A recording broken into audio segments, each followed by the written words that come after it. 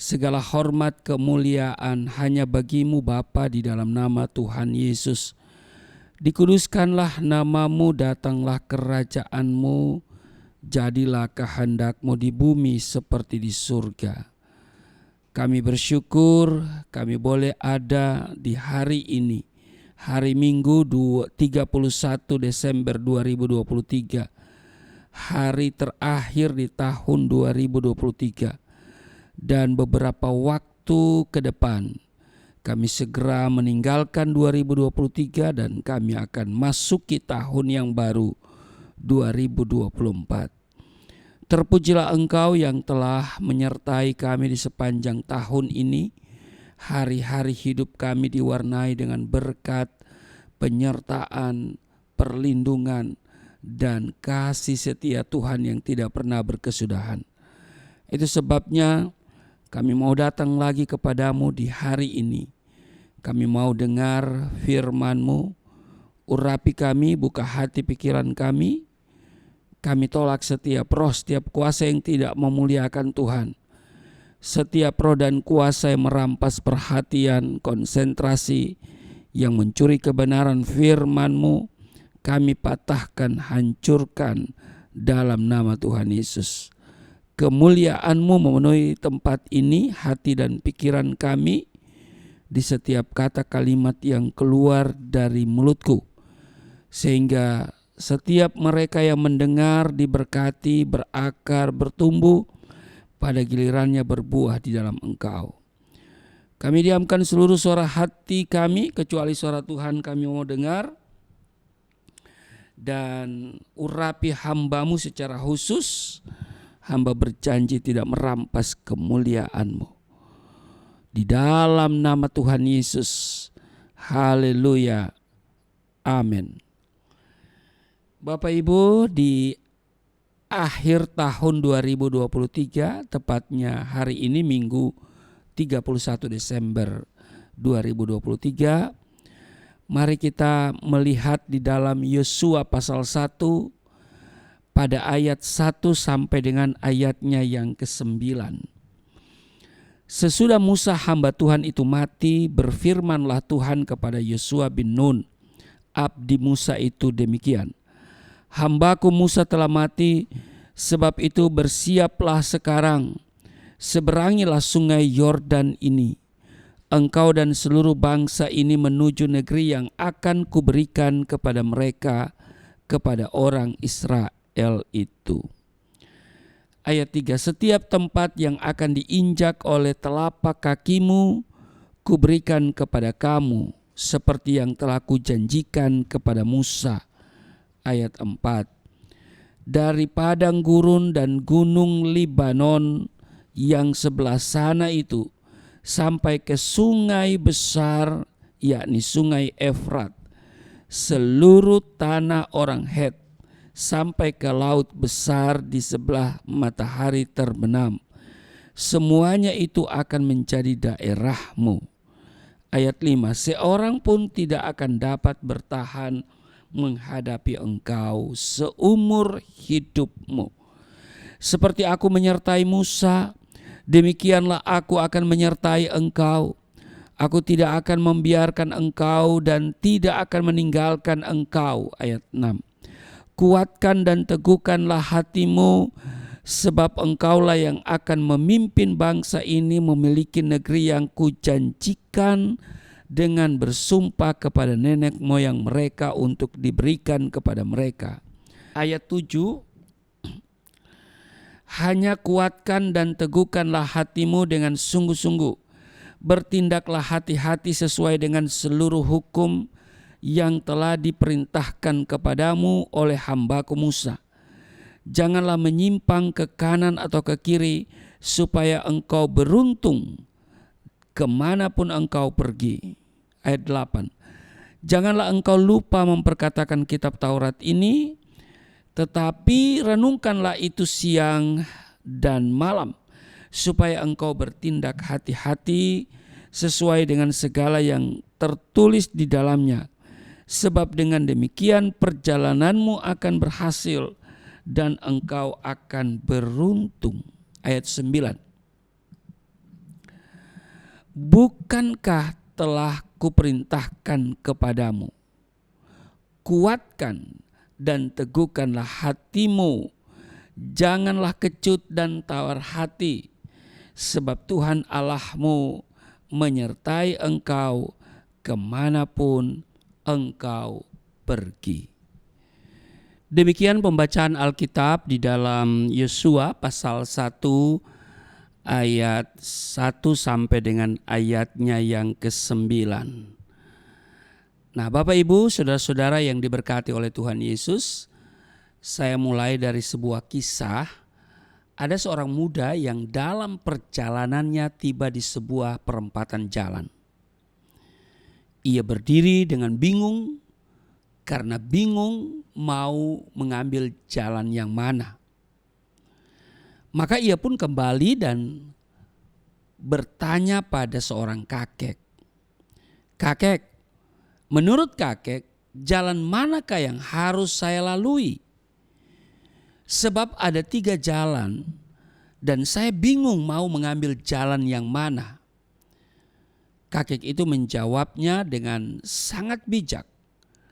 Hai anak muda, jika kamu tahu kemana arah tujuanmu, maka kamu dapat memutuskan jalan mana yang kamu harus ambil dan tempuh.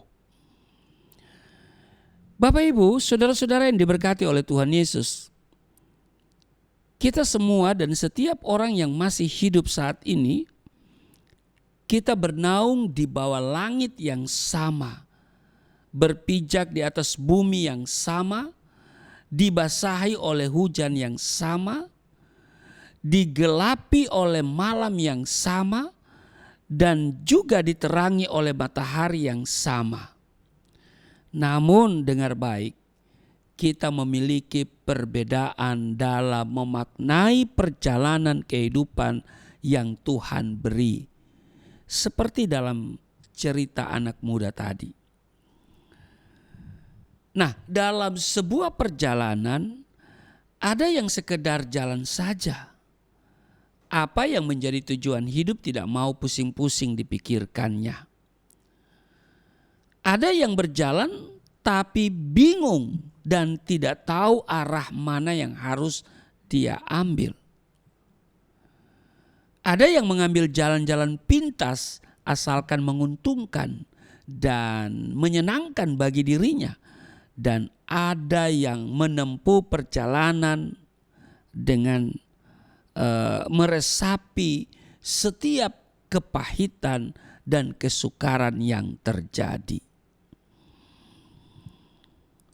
Bapak Ibu, saudara-saudara yang diberkati oleh Tuhan Yesus, mengakhiri tahun 2023 yang tinggal beberapa saat ke depan, dan kita akan mengakhiri perjalanan kehidupan di tahun ini.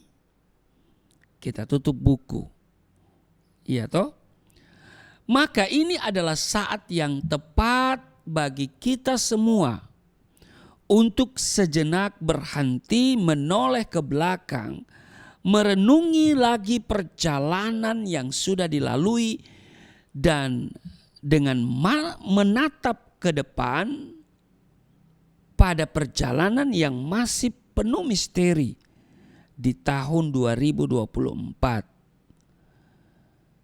Juga menengadah ke atas kepada Tuhan, Sang Penguasa waktu dan kehidupan.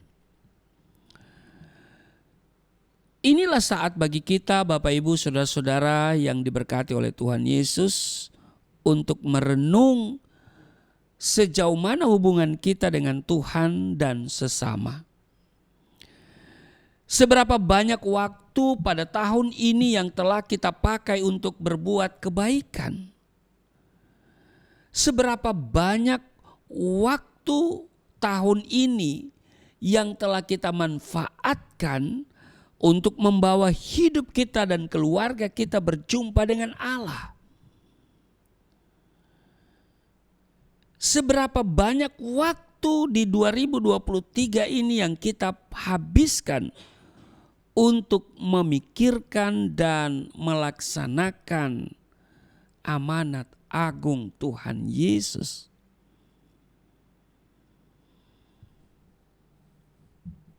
Bila kita memiliki 2 lembar daftar, yaitu mantap dan khawatir, pertanyaannya adalah daftar mana yang lebih banyak isinya atas kehidupan di 2023 ini? Apakah mantap dan bersyukur yang lebih banyak atau khawatir dan mengeluh yang lebih banyak?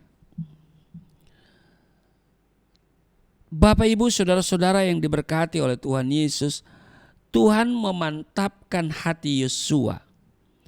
Dia berfirman, kuatkan dan teguhkan hatimu. Perhatikan, ini tidak main-main loh. Tuhan berfirman 3 kali hanya untuk kata ini, kalimat ini. Kuatkan dan teguhkan hatimu. Yaitu pada ayat 6, pada ayat 7, dan ayatnya yang ke-9. Artinya, Yosua benar-benar diminta kuat dan teguh hatinya. Hal ini mengandung 2 makna tentunya. Yang pertama, kekuatan dan keteguhan hati menerima mandat Allah memasuki tanah Kanaan, menerima tongkat estafet kepemimpinan dari Musa, ya kan? Mandat yang wajib diterima dengan syukur dan dikerjakan dengan penuh tanggung jawab. Yang kedua, kekuatan dan keteguhan hati untuk menjalankan tugas di tanah Kanaan nanti. Dikatakan jangan tawar dan kecut hati. Bapak, Ibu, saudara-saudara yang diberkati oleh Tuhan Yesus, Tuhan memanggil, Tuhan juga yang menguatkan, meneguhkan, dan memampukan Yosua. Sebab itu dikatakan jangan tawar, jangan kecut dan tawar hati, ya kan? Hanya kuatkan dan teguhkan hatimu. Tugas Yosua akhirnya berhasil. Mengapa? Ya karena Tuhan menyertai. Betul? Penyertaan Tuhan ditegaskan dalam ayat 5. Aku akan menyertai engkau, aku tidak akan membiarkan engkau dan tidak akan meninggalkan engkau. Jangankan meninggalkan, membiarkan pun tidak. Ini adalah wujud kesetiaan Allah yang telah memanggil Yosua dan bangsanya. Tuhan berkarya dalam perjalanan hidup umatnya, Bapak Ibu. Keberhasilan Yosua adalah karena pertolongan Tuhan. Tapi dengar baik, pertolongan Tuhan saja tidak cukup. Karena pertolongan Tuhan harus, sekali lagi, harus disertai dengan hati yang kuat dan teguh. Dengan hati yang kuat dan teguh, mari kita tinggalkan segala kenangan di tahun 2023 ini, entah kenangan yang pahit maupun yang manis. Hati yang kuat dan teguh akan membuat kita bersyukur karena Tuhan sudah menolong dan menyertai kita dengan selamat sampai di akhir tahun 2023 ini. Mungkin di tahun ini kita mengalami banyak yang kurang mengenakan dan tidak menyenangkan. Namun itu membuat kita harus tetap bersyukur dan menjadikan itu sebagai pelajaran berharga. Amin. Nah, Bapak, Ibu, saudara-saudara yang diberkati oleh Tuhan Yesus, sebuah masakan menjadi sedap karena dimasukkan bumbu-bumbu yang dipilih oleh koki yang memasaknya. Begitupun sebuah kehidupan akan menjadi indah karena masuknya orang-orang yang Tuhan izinkan dalam kehidupan seseorang. Ada yang masuk seperti kunyit, walaupun penampilannya jelek, tapi sanggup memberi warna indah yang sulit dilupakan. Ada yang masuk seperti bawang merah, yang semakin lama bersamanya, semakin banyak air mata yang tertumpah.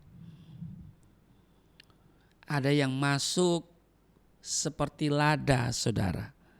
Walaupun nampak kecil halus, tapi sanggup memberi kehangatan. Ada juga yang masuk seperti cabai yang menipu ya, dengan warnanya yang menarik tapi membuat keringat bercucuran. Karena itu saya mau katakan dengan baik, Bapak Ibu, jagalah dan jangan sia-siakan mereka yang masuk, yang memberi kebaikan dalam hidupmu. Syukurilah dan janganlah membenci mereka yang masuk menyakiti hidupmu. Mengapa? Karena mereka pun juga berperan menyedapkan pribadimu. Amin. Semua itu Tuhan izinkan masuk untuk merubah segala yang tidak baik yang ada dalam hidupmu, sehingga engkau menjadi baik, pribadimu menjadi baik. Karena itu bersyukurlah atas kesehatan dan kekuatan, sehingga kita bisa melalui, ya, kita bisa melewati tahun 2023 ini.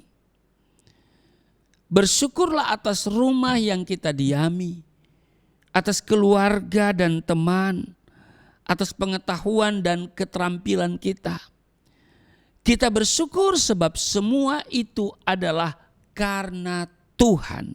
Amin. Jika tahun ini Bapak, Ibu, saudara-saudara kehilangan orang yang engkau kasihi, jika kita masih berkumpul dengan anggota keluarga yang sakit, saya mau katakan, tetaplah teguh dalam kasih dan pertolongan Tuhan. Amin. Tetaplah berserah dalam tangan Tuhan. Akhirilah tahun 2023 ini dengan sikap menerima, tapi juga bersyukur. Amin. Tuhan masih memberi hidup dan kesempatan untuk kita beribadah hari ini.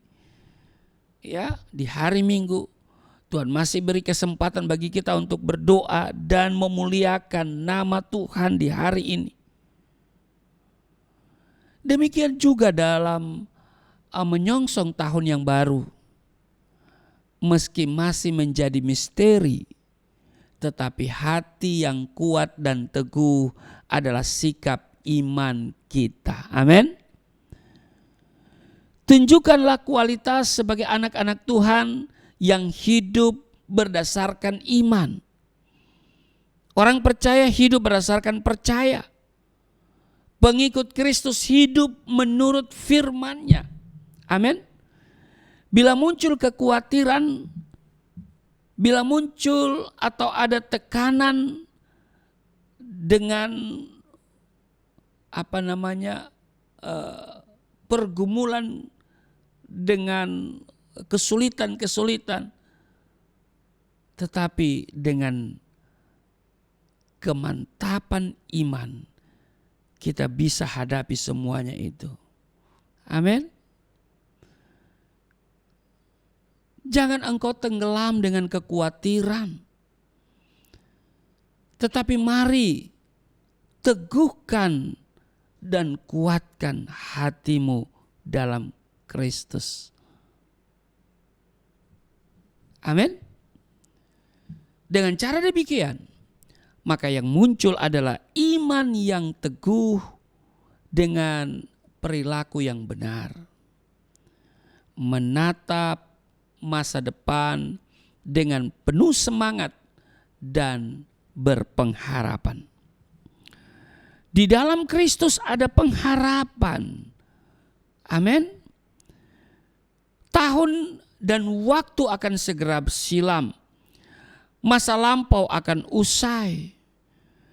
Kenangan akan berlalu. Tapi syukur akan terus memancar, mengarahkan hidup kita, bahkan mengantarkan kaki kita melewati tahun ini 2023 yang tinggal beberapa jam ke depan akan kita tinggalkan. Namun sebelum kita akhiri dan tinggalkan tahun 2023 ini, yang patut kita renungkan kembali adalah yang pertama, mari kita menghargai waktu. Amin. Di Efesus pasal 5 ayat 15 dan 16, karena itu perhatikanlah dengan saksama bagaimana kamu hidup, janganlah seperti orang bebal, tetapi seperti orang arif, dan pergunakanlah waktu yang ada, karena hari-hari ini adalah jahat. Waktu yang sudah berlalu tidak akan kembali lagi, Bapak Ibu. Karena itu kita harus menghargai waktu yang ada dengan mempergunakan waktu untuk hal-hal yang positif, baik untuk Tuhan, gereja, keluarga, dan juga diri kita sendiri. Apakah kita hanya memboroskan waktu untuk membuat waktu yang berlalu tidak ada nilainya? Jangan sampai, saudara. Amin. Mari kita pergunakan waktu yang ada, yang akan Tuhan berikan di tahun 2024. Yang tinggal beberapa saat kita masuki. Jadi yang pertama, saudara, menghargai waktu. Mari kita berkomitmen. Sebaik apa hidup kita di 2024, bergantung keputusan kita hari ini. Mari kita berkomitmen untuk menghargai waktu. Yang kedua, perhitungan akhir tahun. Nah, setiap tahun kalau saudara punya perusahaan, maka perusahaan akan mengadakan yang namanya perhitungan di akhir tahun. Laba dan rugi. Nah, Matius 25 ayat 19 dikatakan begini. Lama sesudah itu pulanglah tuan hamba-hamba itu, lalu mengadakan perhitungan dengan mereka. Perhatikan, Tuhan pun akan mengadakan perhitungan dengan kita dari apa yang kita terima dari Dia dan apa yang sudah kita lakukan untuk Tuhan. Apakah kita memberi keuntungan untuk Tuhan dan gerejanya? Ini persoalan. Atau kita merugikan Tuhan dan gerejanya? Mari kita renungkan hal ini. Kita buat perhitungan akhir tahun. Yang ketiga yang perlu kita renungkan, lupakan yang lalu, menyongsong yang di depan. Filipi pasal 3 ayat 12 dan 14 bilang begini. Bukan seolah-olah aku telah memperoleh hal ini atau telah sempurna, melainkan aku mengejarnya kalau aku dapat juga menangkapnya, karena aku pun telah ditangkap oleh Kristus Yesus. Ayat 13, saudara-saudara, aku sendiri tidak menganggap bahwa aku telah menangkapnya. Tetapi ini yang kulakukan, aku melupakan apa yang telah di belakangku dan mengarahkan diri kepada apa yang di hadapanku. Ayat 14, dan berlari-lari kepada tujuan untuk memperoleh hadiah, yaitu panggilan surgawi dari Allah dalam Kristus Yesus. Nah, waktu yang sudah berlalu tidak akan kembali lagi Bapak Ibu. Karena itu, lupakan kegagalan pada masa lalu yang membuat Anda pesimis menghadapi masa yang akan datang.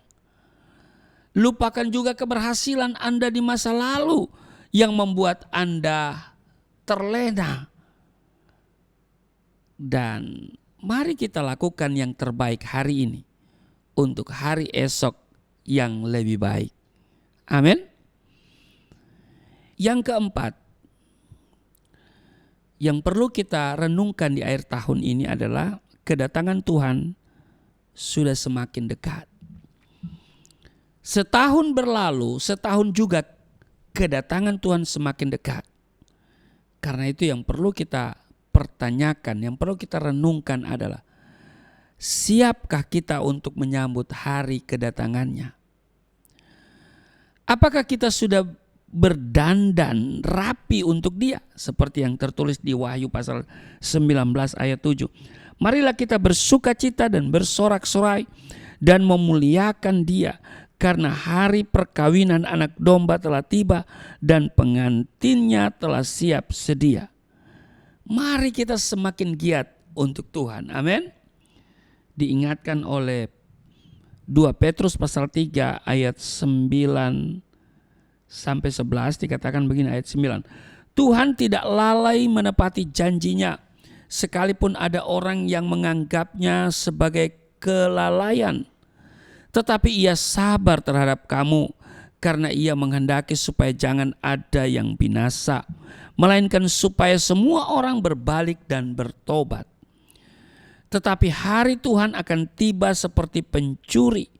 Pada hari itu langit akan lenyap dengan gemuruh yang dahsyat, dan unsur-unsur dunia akan hangus dalam nyala api, dan bumi dan segala yang ada di atasnya akan hilang lenyap. Ayat 11. Jadi, jika segala sesuatu ini akan hancur secara demikian, betapa suci dan salehnya kamu harus hidup. Karena itu jangan menjadi lemah Bapak Ibu. Sebab diingatkan di dalam Ibrani pasal 10 ayat 37, 38 dan 39 dikatakan begini. Sebab sedikit, bahkan sangat sedikit waktu lagi, dan Ia yang akan datang sudah akan ada tanpa menangguhkan kedatangannya. Ayat 38, tetapi orangku yang benar akan hidup oleh iman. Dan apabila ia mengundurkan diri, maka aku tidak berkenan kepadanya. Tetapi di ayat 39, kita bukanlah orang-orang yang mengundurkan diri dan binasa, tetapi orang-orang yang percaya dan yang memperoleh hidup. Jadi Bapak Ibu, saudara-saudara yang diberkati oleh Tuhan Yesus, mari kita mantapkan langkah kita untuk menapaki kehidupan yang baru di tahun yang baru yang segera kita jelang, beberapa jam lagi ke depan. Kita kuatkan dan teguhkan hati kita. Apapun yang terjadi di 2024, ingat, Tuhan tidak akan membiarkan dan meninggalkan kita. Selamat mengakhiri tahun 2023 dan selamat memasuki tahun yang baru 2024. Tuhan memberkati. Amin.